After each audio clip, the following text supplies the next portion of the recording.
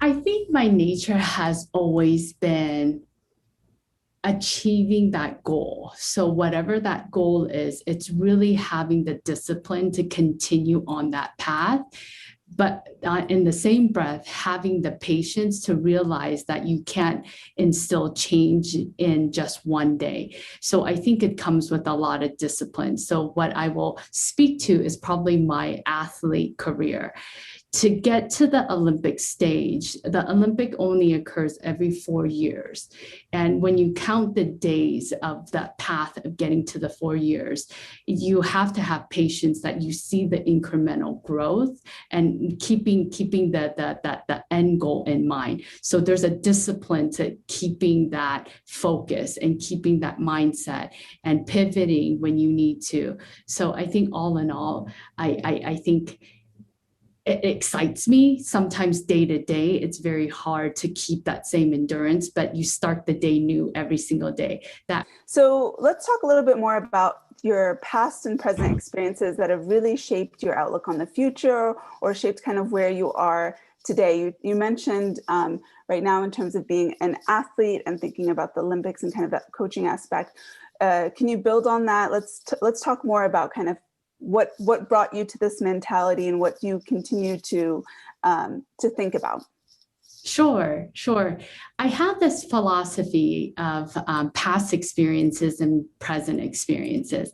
I think we've all heard of the saying, hindsight is 2020, because experiences serves you well. Right. So whether that's in a leadership position, whether that's, in a coaching position or an athlete position, that certain things went well and you have to pivot and learn from that.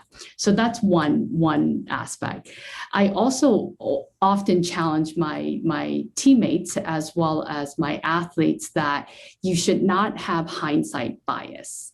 Hindsight bias is where you seem to not want to try things or maybe retry that because maybe it didn't necessarily go so well. So I think in the business sense, sometimes when you get a no, it's hard for the team to really remember that a no today doesn't mean a no tomorrow. So sometimes that no is impacted by factors that's outside of our control. Sometimes it's just the timing of it. Sometimes you don't have the technology to support that. So I balance it with, yes, hindsight 2020 is important. So that serves like your experience in building off of that, but being creative enough and courageous enough to know that you don't have hindsight bias. So for the audience, I'd like to share that, be cautious of how much it's hindsight is 2020 and having that hindsight bias to not want to, resurface those ideas or those initiatives that maybe at some point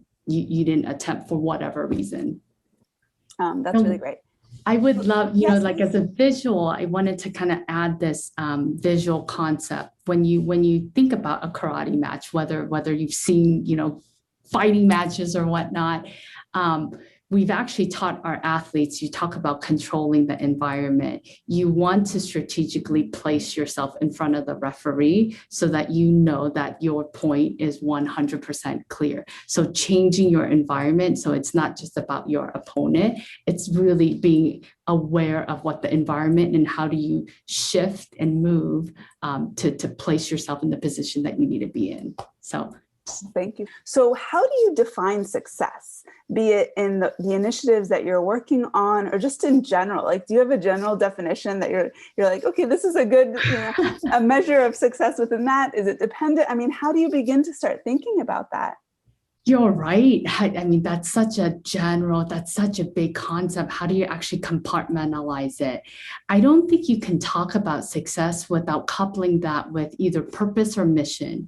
So individually or, within the organization, really, how do you define success? So maybe something tangible is, as an athlete, the success is winning, let's, for example, one can define it as winning an Olympic medal. Right, or actually even making it to the Olympic. However, for me personally, the success is the 4 years spent before you actually get on that mat.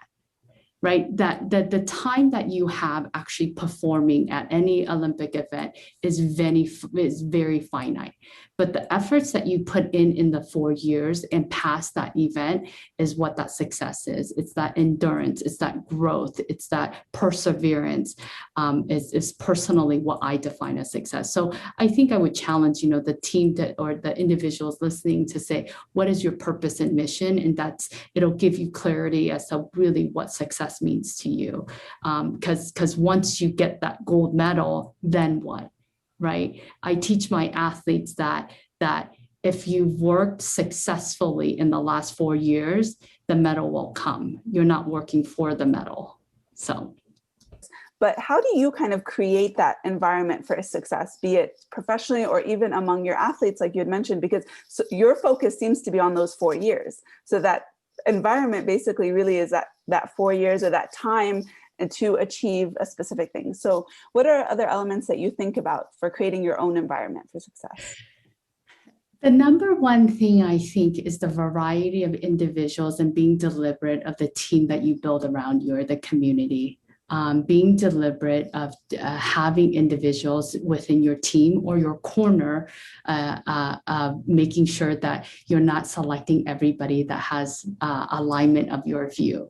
It's very easy to surround yourself with like-minded individuals because obviously you're biased to your own views, but it's challenging yourself and being deliberate to maybe really having someone that has a complete different approach so that they can kind of tackle it from a different viewpoint. Like an athlete, you need a dietitian, you need a strength trainer, you need an endurance trainer, you need a technical trainer. So really challenging yourself to put your team build with different successes and even skills that you don't necessarily agree with, because that'll challenge you to, think differently. So creating that environment around people is critical for me. I think this is where my experience where I've had a lot of coaches that's helped me along the way, personally in my life, in my athletic career, in my professional career. I've had a lot of mentors that I even see as the audience of really helping me shape where I'm at today. For me, a leader is being able to support. It's kind of like parenting, where that you see a vision of where the potential is, where the gaps are, and really helping the team and rolling up your sleeves at times to really help them achieve that vision. It's coupling in a professional sense. I think, from organizations or my experiences, there's a lot of strategies, there's a lot of conversations of how to actually move the organization forward. However, just as important, you have to be able to execute and implement that. So being able to couple strategy, execution, implementation, how do you lead individuals and set up processes and essentially the tools for the team to succeed. Very nice. What do you think we're getting wrong about leadership? That's a hard question, definitely. I think what I would say to that is, maybe what I can reflect on that is that athlete transitioning to a coach. When in that transition, I think as an athlete, you'll always want to excel your skills. You'll always want to, advance to the next stage. That's like a burning internal characteristic of an athlete. I think leaders have that similar trait, right? We want to excel. We want to push the limits. We want the team to grow. As I transitioned from an athlete to a coach, my coach told me, you are still coaching like you're an athlete. So I think if I can reflect on leadership, even personally, how I still lead as an athlete as opposed to really coaching. And then sometimes coaching means allowing your athletes to be your coach. I think that's how I can reflect on it. I don't know if I've articulated that well, but it's very much changing the mindset of wanting to be in it versus allowing the team to flourish and grow and not be the athlete in it as the leader. And we like to take an opportunity to support one another and really recognize the positive influence we have on one another. And we think we've talked about this as a theme with regards to importance of surrounding yourself with people. Can you name a woman who has inspired you, and why did you choose this person? Sure. Again, I think a lot of who I am, I blend my personal life and my career life is one and the same. So I would actually think of someone, her name is Miley. My daughter's name is now Miley. And she's a USA national coach. And I remember her saying, at every defeat and every win, you just have to know what lessons you've learned. You always have to move. If you stop moving in a match, you stop thinking. If you stop thinking, that's just the end. You don't want to be in a position where you're not thinking.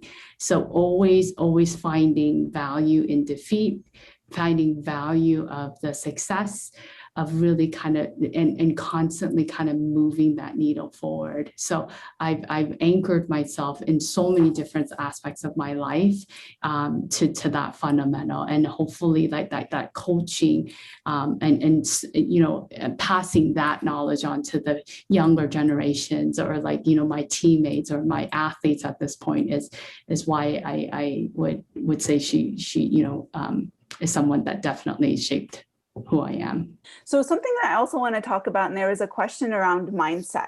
So athletes have, and I think probably train and build specific types of mindsets. Can you talk about kind of a mindset that you found beneficial in terms of professionally within, you know, your coaching experience, whatever it is, but in terms of a mindset that helps create those environments that we've been talking about? Yes, I think the mindset I would probably, the way I would answer this question is maybe using a little bit of science, potential energy and kinetic energy. Potential energy is where I don't know if it instills a reaction, but when you think about potential energy, you have that mindset of like, you're ready to go, you're prepared, you have that focus. And then kinetic energy is where like, okay, you execute it. Right, you have that. It's time to execute. It's time to do it. So as an athlete, you're planning, you're strategizing, you're in the match. You're really super focused. But when the intersection of potential and kinetic energy, you release that. So I think the mindset is constantly that balance of having that potential planning strategy, and then when the kinetic energy needs to be released. So I hopefully that gives a sense of from a mind state standpoint. As a leader, I think it's that constant balance of being patient, having the potential, setting up the stages, but making sure that you move quick when you need to, and execute that letting that energy go is because it's time to execute. Sometimes I think we spend too much time on potential. It's because you deliberate, and you never execute. But then sometimes you're too quick to execute and you don't have enough. So it's that balance between potential and kinetic energy is how I would kind of frame what my constant mindset is at. I think it's the mindset of having endurance and continuing. Everything that we're doing in the healthcare space, everything that we're trying to solve is not easy. There's no roadmap for it, but it's having the creativity, the endurance, the discipline, and really creating an environment for all of us to succeed is what I would, leave as my last comment. Yeah. There's so many things that I'm even trying to think through. I'm like, to even think about summarizing. I think there's so many, the powerful point about hindsight bias, I think, is something very important that we should all kind of watch ourselves, because it could help or hinder our progress forward individually or in the initiative. I love the conversation about, skills building and having the patience. When you do look at success, actually, I keep thinking like, well, if I think about the success as the 4 years and not necessarily the 5 minutes that you're there on the mat type of thing, I think that repositions it and starts thinking about having that patience, having that building. And then you also very much think about the environment, because the environment is going to be there for 4 years versus that, that set period of time. And I think thinking about that has been extremely powerful. I love the part about the people vision, both from a visionary standpoint and a strategic leader as well. And so there's so many different things to kind of take from that. Using Mars as a wonderful example of we can truly do anything, but of course, setting up that environment and that cultural mindset, not only for you to act personally, but to help those around you. And I think that will really begin to, not necessarily begin, but I think it's something that we really need as we tackle the issues that we talked about with you, Rose, today, about access to healthcare, access to medications, because it's really going to take everybody thinking about it from that really having that cultural mindset of that environment to begin to address those as well. So thank you. This has been so wonderful.